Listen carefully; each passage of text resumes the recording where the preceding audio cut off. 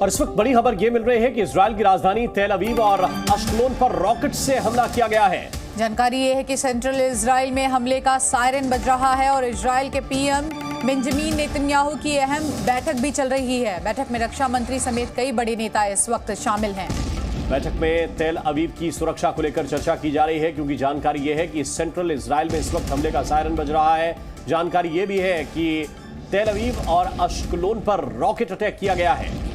देखिए, आपको बता दें, इसी को लेकर इजराइल के पीएम बेंजामिन नेतन्याहू की अहम बैठक भी चल रही है। साथ ही आपको बता दें कि इस बैठक में रक्षा मंत्री समेत कई बड़े नेता शामिल हैं। मौजूदा परिस्थिति को लेकर चर्चा चल रही है और आगे की रणनीति क्या होगी, इसको लेकर खासकर तेल अवीव में जो सुरक्षा है उसको लेकर चर्चा चल रही है। महत्वपूर्ण बैठक है। बेंजामिन नेतन्याहू ये बैठक कर रहे हैं। बैठक में तेल अवीव की सुरक्षा को लेकर चर्चा चल रही है। इन सब के बीच कुछ तस्वीरें जो इस वक्त आप देख सकते हैं और इसमें आप टैंकों की मौजूदगी को देख सकते हैं। तो ये वॉर जोन से तस्वीरें इस वक्त सामने आ रही हैं। तो ये लाइव तस्वीरें इस वक्त आप जी मीडिया पर देख रहे हैं और लगातार ग्राउंड जीरो से एक एक तस्वीर हम आपको दिखा रहे हैं। और इजरायली सेना जो कि ऐसा लगातार अपनी ओर से ये संकेत दे रही है कि जल्दी एक बड़ी कार्रवाई की जाएगी हमास के खिलाफ। तो आप इन टैंक्स को देखिए, इजराइल की तैयारी को देखिए और किस तरह से हमास को खत्म करने की, उसके वजूद को मिटाने की बात जो इजराइल करता आ रहा है, उसको लेकर उनकी तैयारी किस तरह की है, उसकी एक तस्वीर।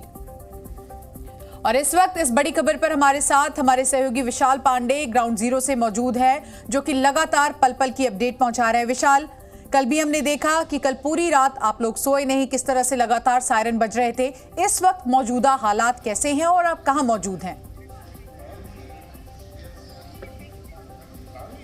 देखिए, इस वक्त मैं सदरौश शहर में मौजूद हूं, जो गाजा बॉर्डर से सटा हुआ इलाका है। और यहां पर हमास के आतंकी सबसे पहले आए थे और आज ये शहर पूरी तरह से खाली हो गया है। इस शहर में रहने वाले लोग अपने घरों को छोड़कर जा चुके हैं। वो अलग अलग हिस्सों में जाकर रुक रहे हैं, तेल अवीव में होटल्स में रुक रहे हैं, क्योंकि इस पूरे इलाके में अभी रॉकेट से जो हमले हैं वो लगातार चल रहे हैं। मैं जहां पर खड़ा हूं, यहां पर बीती रात एक ये हॉस्पिटल का एरिया है जहां पर रॉकेट गिरा था और एक एम्बुलेंस के ऊपर ये रॉकेट आकर गिरा था, जिसकी वजह से काफी नुकसान हुआ। और यहां पर अगर आप देखेंगे तो हालात जो हैं लगातार बिगड़ते जा रहे हैं, क्योंकि गाजा बॉर्डर से सटा हुआ एरिया है। लोगों के मन में काफी डर है और इजराइल की सेना पूरी तरह से इस इलाके में तैनात है। और यहां अभी भी अगर कुछ हमास के आतंकी छिपे हो सकते हैं तो इजराइल की सेना उनको ढूंढ रही है। लेकिन फिलहाल हमें जो जानकारी मिल रही है, इजराइल की सेना गाजा पट्टी के अंदर एक बड़े ऑपरेशन की तैयारी में है। और उससे पहले ही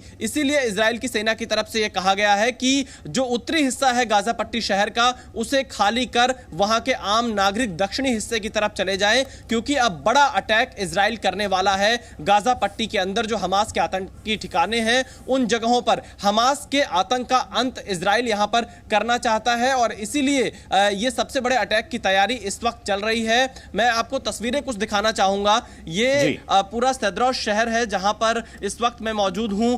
कल यहीं पर ये रॉकेट से हमला हुआ था। कुछ एम्बुलेंसेस यहां पर मौजूद है, क्योंकि इजराइल की सेना के साथ फ्रंट लाइन पर ये लोग, डॉक्टर्स की टीम मौजूद है, क्योंकि जहां भी रॉकेट से हमला हो रहा है तुरंत ये लोग फर्स्ट रेस्पॉन्डर के तौर पर पहुंच रहे हैं। ये जगह है जहां पर कल हमास के आतंकियों ने एक अस्पताल और एम्बुलेंस को निशाना बनाया। यहां पर आकर रॉकेट गिरा था और एक एम्बुलेंस में काफी नुकसान हुआ, लेकिन उस एम्बुलेंस में उस वक्त कोई मौजूद नहीं था, इसलिए लोगों की जान बच सकी। लेकिन यहां पर हमास के जो आतंकी हैं वो गाजा पट्टी से रॉकेट से हमले इस शहर में करते जा रहे हैं और इसीलिए इस पूरे शहर में सिर्फ एम्बुलेंस, मीडिया, पुलिस और डिफेंस फोर्स इस वक्त दिखाई देगी। यहां के आम लोग अब इस सड़क पर नहीं है, अपने घरों को खाली कर चुके हैं। इस सड़क पर आपको कोई आम नागरिक इजराइल का नहीं दिखाई पड़ेगा, क्योंकि उनके मन में डर है, खौफ है कि हमास यहां पर हमला कर सकता है। और इसी डर खौफ को मिटाने के लिए इजराइल अब सबसे बड़े ग्राउंड ऑपरेशन की तैयारी में है।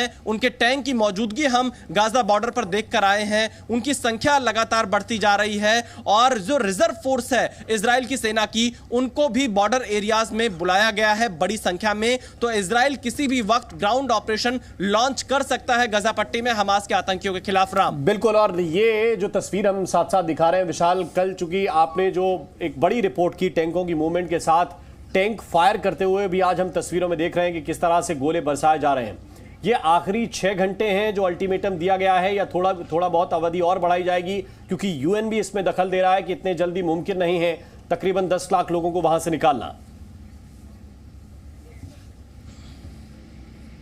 देखिए, इजराइल डिफेंस फोर्सेस की तरफ से ये कहा गया है कि आज शाम तक इस पूरे इलाके को खाली कर दिया जाए और जो भी नागरिक गजा पट्टी में रह रहे हैं उत्तरी हिस्से में, उत्तरी हिस्से का मतलब जहां पर मैं मौजूद हूं ये इजराइल का दक्षिणी हिस्सा है और इससे सटा हुआ जो गजा पट्टी की तरफ से इलाका आएगा वही उत्तरी इलाका है और उसी को यहां पर खाली कराने के लिए इजराइल ने कहा है, जहां पर लाखों की संख्या में लोग हैं। और कल से गजा पट्टी से जो हम तस्वीरें देख रहे हैं, लोग वहां से विस्थापित भी हो रहे हैं, दक्षिण की तरफ भाग भी रहे हैं क्योंकि पूरा बॉर्डर बंद है चारों तरफ से। वो गजा पट्टी और जो फिलिस्तीन का इलाका है उसको छोड़कर कहीं और नहीं जा सकते हैं। तो ऐसी स्थिति में फिलहाल उनके पास सिर्फ एक ही विकल्प दिखाई दे रहा है कि वो गजा पट्टी के दक्षिण में जाकर कैंप में, जो यूएन के कैंप है वहां पर जगह लें या और जो सुरक्षित जगह है वहां पर अपने आप को शेल्टर के तौर पर रखें, क्योंकि इजराइल अब 6 घंटे का वक्त ही बचा है। इस वक्त को इजराइल आगे बढ़ाएगा या नहीं यह कहना बेहद मुश्किल है, लेकिन